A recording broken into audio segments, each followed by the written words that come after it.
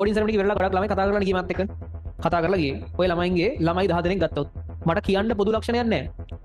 දැන් ඔයාලා හිතන් ඉන්නවා එක්ක ඕ ලෙවල් කාලේ ඉඳන් වැඩ කරපු මිනිස්සු. නැත්තම් හොඳ ඉස්කෝලේකට ගියපු මිනිස්සු. නැත්තම් අම්මලා තාත්තලාට මොනවා හරි දෙයක් තිබිච්ච මිනිස්සු. එහෙම මොකුත් නැහැ. එක පොදු ලක්ෂණයක් නැහැ. මම ළමයි ගොඩාක් බැලුවම පොදු ලක්ෂණයක් නැහැ. එක පොදු ලක්ෂණයයි. මේ මනුස්සයාට දවසක ඕන වෙලා තියෙනවා මේක කරන්න මොකක් හරි හේතුවක් මත. ඒක කරන්න මේ ගැම්මක් ඇවිල්ලා තියෙනවා. ඊවසේ මේ මනුස්සයා කරලා තියෙනවා. ඔය කැම්පස් වල මෙඩිකල් ෆැකල්ටි වල ඉන්න ඉන්ජිනියරින් ෆැකල්ටි වල ඉන්න මිනිස්සු හෙන්න වැඩෝ නෙමෙයි. හරි. ඒ මිනිසුන්ට දවසක මේක ඕට් කරන්න මාර ගැම්මක් ඇවිල්ලා තියෙනවා. ඒ ගැම්මෙන් පස්සේ මේ මිනිස්සු කරලා දාලා තියෙනවා. එච්චරයි. නැත්නම් ඊ සමහර කට්ටිය ආයෙත් කැම්පස් එකට ආවට පස්සේ යාගේ සාමාන්‍ය ලයිෆ් ස්ටයිල් එකට ආයෙත්පත් වෙනවා.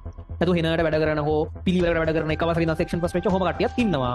120ක් 30ක් 160ක් 70ක් ඉන්නේ මොකක් හරි දවසක මේක කරන්න ඕනේ වෙලා මම මේක කරනවා කියලා හෙන ගැම්මක් ඇවිල්ලා වැඩ කරලා ඒ අවශ්‍ය දේවල් ටික කරලා එන මිනිස්සු. ඒ හින්දා තමන්ව අවතක් සේරු කරගන්න එපා. විශේෂ ලක්ෂණ මොකුත් නැහැ. එකම ලක්ෂණය ඕකයි. මෙන්න මේ දිස්ත්‍රික්කෙන් අම්මා තාත්තා මෙන්න මේ රස්සාව කරන මෙන්න මේ ආර්ථික පසුබිම ඉන්නේ එහෙම මොකුත් නැහැ. එක එක විවිධාකාරයි 0 සිට 100 දක්වා සීල මිනිස්සු ඉන්නවා. හොඳට එක එක ඉඳන් වැඩ කරගෙන ආපු පිළිවෙලට වැඩක් කරගෙන යන පොතේ පතේ ඉන්න මිනිස්සුත් ඉන්නවා. පොඩි කාලේ ඉඳන් මෙලෝ වැඩක් කරපු නැති සම්පූර්ණ රස්තියාදු ගහලා අන්තර්ජාතික ජාවාරම් වලට සම්බන්ධ වෙච්ච උනුත් ඉන්නවා. හැම එකම ඉන්නවා. හැබැයි උන්ගේ හැම එකකගේ පොදු ලක්ෂණේ උන්ට දවසක් කරන්න ඕන වෙනවා. උන් එක කරනවා. ආයි වෙන කතන්දර වැඩක් නැහැ. නිදි මත බඩගින්න බාහිර ප්‍රශ්න බාහිර ඔක්කොම මතක උන් එක ගණන් ගන්න නැහැ. කරනවා කරලා කැම්පස් යනවා. කැම්පස් ඇවිල්ලා උගේ ලයිෆ් සාමාන්‍ය ලයිෆ් එක සාමාන්‍ය ජීවිතය.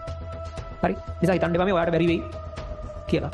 ඔය වෙඩින් සෙරමනියේ ආපු කතා කරපු ගොඩක් කට්ටිය නම් මම දැකපු කට්ටිය බහුතරයක් ළමයි. ඉතින් ඔය අන්තිම වෙනකොනුත් සමහරවල් ගොඩක් කට්ටිය අන්තිම වෙනකොනුත් මම ඔය වැට උඩ 100 කේ වගේ හිටියා.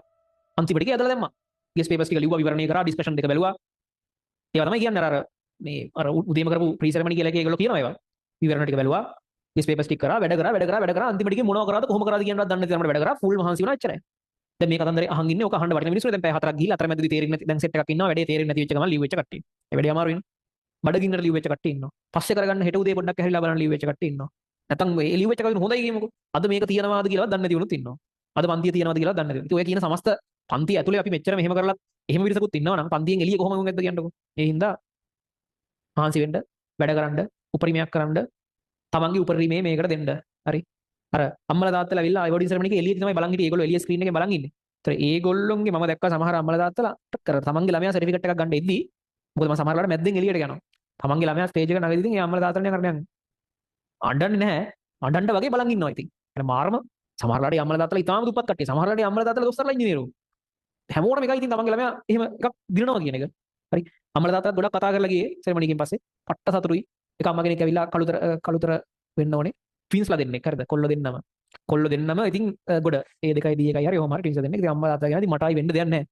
ඔච්චර තමයි. අර මාරම සතුටුයි. ඉතින් කියන්නේ කියන්න බෑ ඉතින් ඒවා. ඒ ෆීලිංස් අමුතුයි. මාරම දේවල්. අපරාධ වෙන්නේ නැහැ මේ අද තව පැය දෙකක් වැඩ කරන එක අපරාධ වෙන්නේ නැහැ. හෙට මහන්සි වෙන එක අපරාධ වෙන්නේ නැහැ. විභාග